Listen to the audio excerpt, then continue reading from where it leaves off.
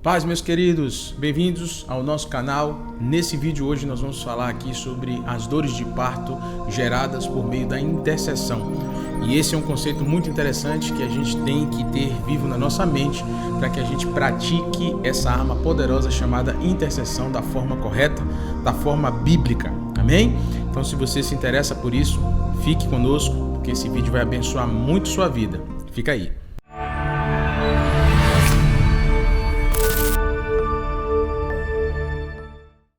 Bom, dentro da temática da intercessão, a gente entende que existe um campo vasto de ações e de ferramentas que Deus nos disponibiliza para que a gente possa ter aí uma eficiência e uma eficácia comprovada usando os meios que Deus deixou para alcançar todo aquele que precisa de intercessão, que precisa de um clamor. E uma dessas ferramentas, um desses conceitos muito interessantes sobre intercessão é o gerar, é o construir, é o movimentar algo que está aparentemente parado. Então a gente vê nesse texto aqui de João 11, 33 ao 44, que Jesus, sendo o nosso maior exemplo de intercessor, de homem de oração, ele nos mostra em suas atitudes, por meio de suas atitudes, como ele reagiu diante de certas situações. Vamos ver o que o texto nos fala? Então vamos lá. A palavra diz assim a partir do verso 33. Ao ver chorando Maria e os judeus que a acompanhavam, Jesus agitou-se no espírito e perturbou-se. Onde o colocaram? Perguntou ele.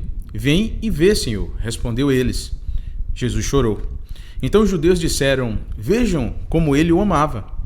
Mas alguns deles disseram, ele que abriu os olhos dos cegos, não poderia ter impedido que esse homem morresse? Jesus, outra vez, profundamente comovido, foi até o sepulcro. Era uma gruta com uma pedra colocada à entrada. Tirem a pedra, disse ele. Disse Marta, irmã do morto. Senhor, ele já cheira mal, pois já fazem 4 dias. Disse-lhe Jesus, não lhe falei que se você cresce, veria a glória de Deus? Então tiraram a pedra. Jesus olhou para cima e disse, Pai, eu te agradeço porque me ouviste. Eu sabia que sempre me ouves, mas disse isso por causa do povo que está aqui, para que creia que tu me enviaste. Depois de dizer isso, Jesus bradou em alta voz, Lázaro, venha para fora. O morto saiu, com as mãos e os pés envolvidos em faixas de linho e o rosto envolto num pano. Disse-lhe Jesus, tirem as faixas dele e deixem-no ir. Por meio desse texto fica muito nítido que Jesus ele teve um grande agito no seu interior. Ele teve uma movimentação interior, um incômodo, uma reação forte que refletiu no seu exterior. Ficou nítido para todo mundo que havia um incômodo no Senhor. Ele ficou muito agitado, chegou ao ponto de chamar a atenção, como descrevem algumas palavras no grego, dentro desse texto, mostrando que ele chegou mesmo a chamar atenção para ele. Então, Jesus, ele praticou as dores de parto. Jesus estava gerando algo. Jesus estava em sua atitude gerando, construindo alguma coisa. Eu penso que é semelhante à galinha quando ela está ali chocando ovos.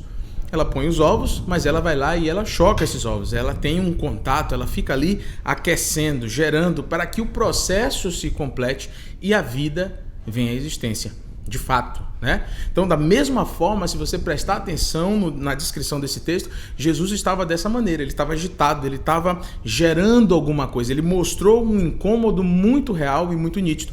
Você percebe aqui no texto, por exemplo, no verso 33, ao ver chorando Maria e os judeus que a acompanhavam, Jesus agitou-se no espírito e perturbou-se. Veja quando a Bíblia fala de agitar e perturbar, eu não posso olhar para isso e pensar que não deu para ver de forma externa. Deu para ver, foi nítido. E aquilo tudo era porque Jesus estava gerando a vida de Lázaro. Jesus, em seu coração, desejou trazer aquele homem de volta à vida. Mas tudo que Jesus fez e faz é em comum acordo com o Espírito Santo e com o Deus Pai. Então, naquele momento, quando ele começou a gerar aquele desejo de trazer aquele homem de volta à vida, automaticamente ele se conectou com o Pai por meio do Espírito. E ali é como se eles três estivessem conversando a partir da decisão de Jesus, a partir do desejo que estava nitidamente corroendo, movimentando, né, sacudindo Jesus de dentro para fora. E aí Jesus foi lá no sepulcro, né, como o texto descreve, Jesus pediu para tirar a pedra. Então houve toda uma movimentação. Jesus, de fato, ele praticou a oração de dores de parto. A oração que gera, a oração que constrói, a oração que regenera, a oração que chama para a vida. Né? E é muito importante que a gente entenda e veja a oração intercessória dessa forma.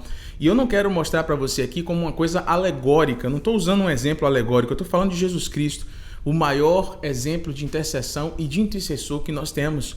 Então, se Jesus perturbou, se agitou, se gerou aí uma demonstração física, real, testemunhável, nítida, notória, por que nós não temos que olhar para a intercessão como algo dessa forma? Aqueles que creem tomam atitudes. Então Jesus cria que por meio do Espírito e por meio de uma conectividade com o Pai, ele podia gerar vida em algo que já estava morto há 4 dias. Os 4 dias não separaram Jesus de um entendimento real de que o poder que nele operava era maior do que qualquer realidade física. Então é dessa forma que nós precisamos ver a intercessão. É desse jeito. Jesus ele se moveu indignado. Ele não deixou que aquele sentimento paralisasse ele. Ele teve um profundo desejo de derramar a vida do Espírito Santo sobre Lázaro e trazê-lo de volta à vida. E uma segunda coisa que eu julgo ser muito importante, é um sentimento bastante importante, é que a palavra diz que Jesus comoveu-se. Entenda que não existe intercessão sem que você se comova, sem que você se envolva. Veja que a comoção de Jesus não foi um sentimento que empurrou ele para longe do morto.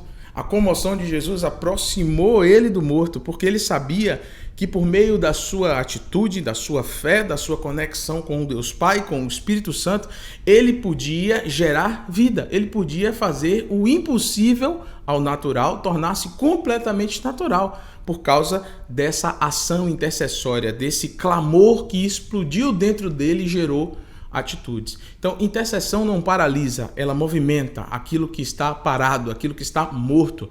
Então, as dores de parto significam uma agonia, significam um incômodo, uma falta de estabilização. Isso são dores de parto. Então, muitas vezes, durante momentos de intercessão, nós temos que nos mover com dores de parto, nós temos que ter uma comoção no nosso coração, no nosso interior, que leve-nos às práticas, a usar a nossa fé, como se estivéssemos usando as nossas próprias mãos para modificar aquela realidade, para trazer à tona, para acordar, para sacudir, para dizer, vem para a vida. Mas veja só, a atitude de Jesus. Quando ele disse, tire a pedra, ele se conectou visivelmente com o Deus Pai. Ele olhou para cima e disse, obrigado, Pai.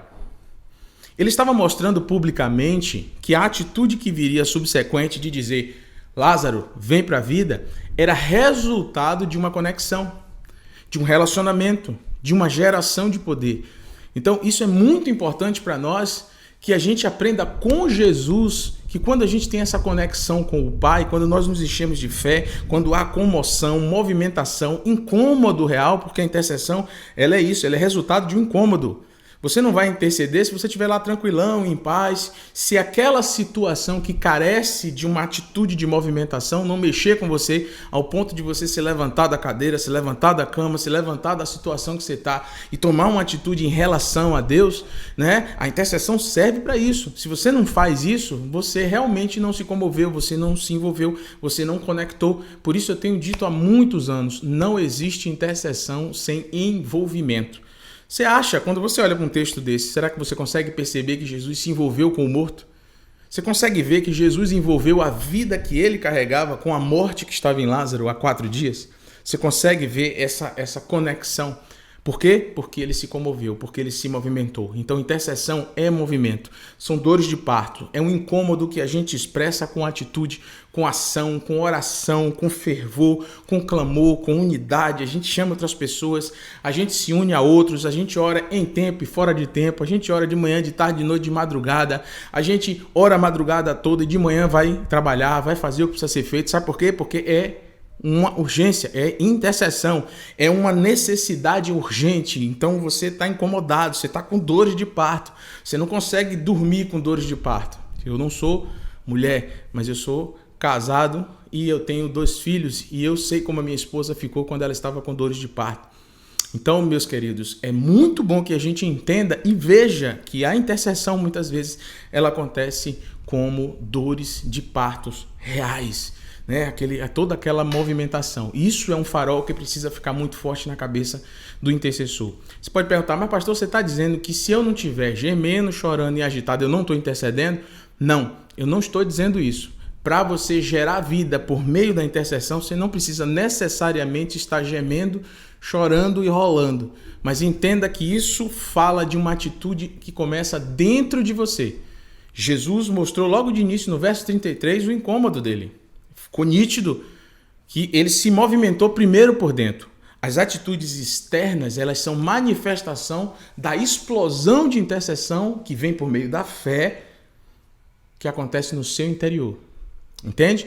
Então, dificilmente você vai ver alguém clamando por uma coisa real, por uma situação nítida que carece da intervenção de Deus de forma quietinha.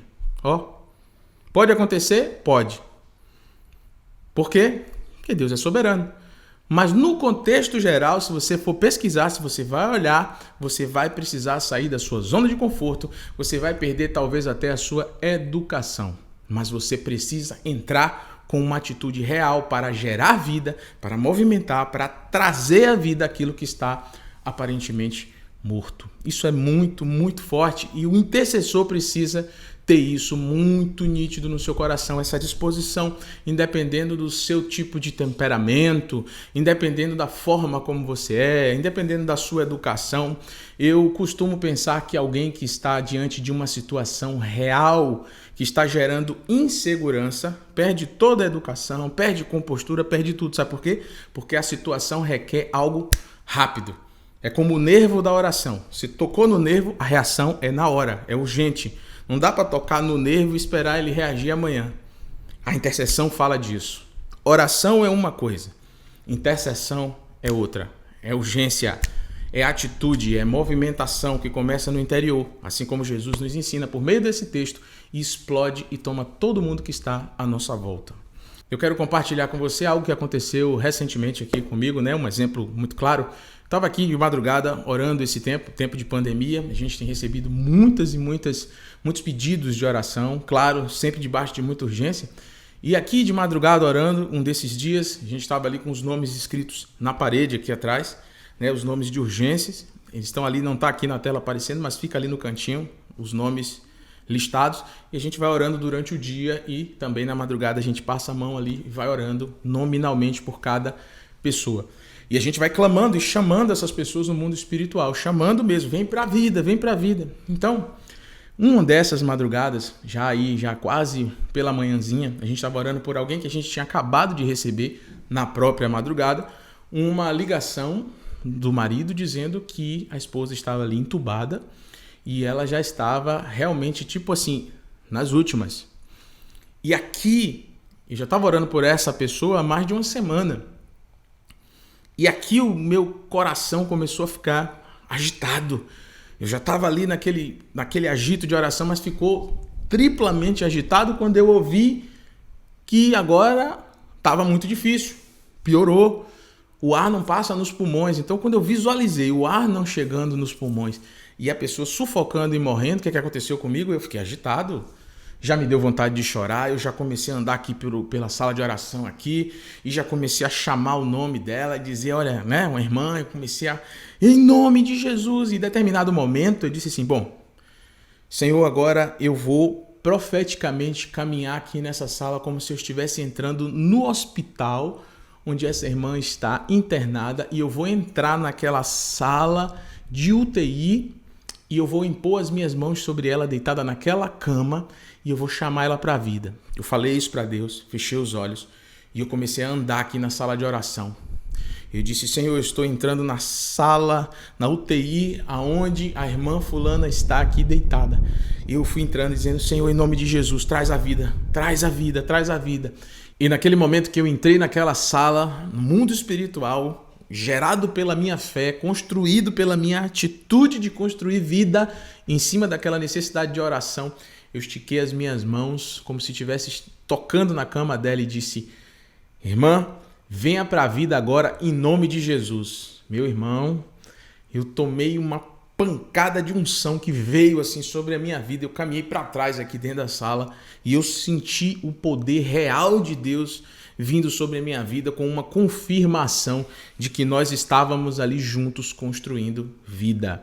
E foi uma experiência muito forte, uma experiência muito maravilhosa. E o mais interessante, 2 dias depois, a irmãzinha veio para a vida. 2 dias depois, a irmãzinha que estava ali beirando a morte, né? Ela foi estubada, ela foi tirada daquela situação e hoje ela está em casa se recuperando com a família. Falamos por telefone, com câmera, vi o rosto e me emocionei ao ver o rosto dela. E ela disse para mim, eu tinha certeza que vocês estavam orando por mim. Tinha certeza, pastor. Então, meus irmãos, o que eu quero falar? Por que estou trazendo esse testemunho junto com a palavra? Para que você entenda que isso é real. Não é uma brincadeira, não é coisa de pentecostal, como algumas pessoas costumam pensar. Não, isso é coisa de crente, é coisa de quem lê a palavra e pratica a palavra. Porque eu gosto de dizer, sabe o quê? Que a palavra não te dá autoridade, a palavra te dá conhecimento. O que te dá autoridade é pegar o conhecimento que está aqui e praticar. Autoridade vem com prática, não vem com conhecimento isolado, entende? Então, leia a palavra, pratica a palavra e nós vamos conseguir, por meio das dores de parto, trazer muitas pessoas à vida, trazer vida ao Brasil, trazer vida aonde está carecendo de alegria, de luz, de vida, de resolução. Então, a intercessão é essa ferramenta poderosa que constrói vida de Deus e é por meio da fé que nós ativamos isso. Então, quero deixar aqui esse ensino, essa chave poderosa que nós precisamos fazer uso.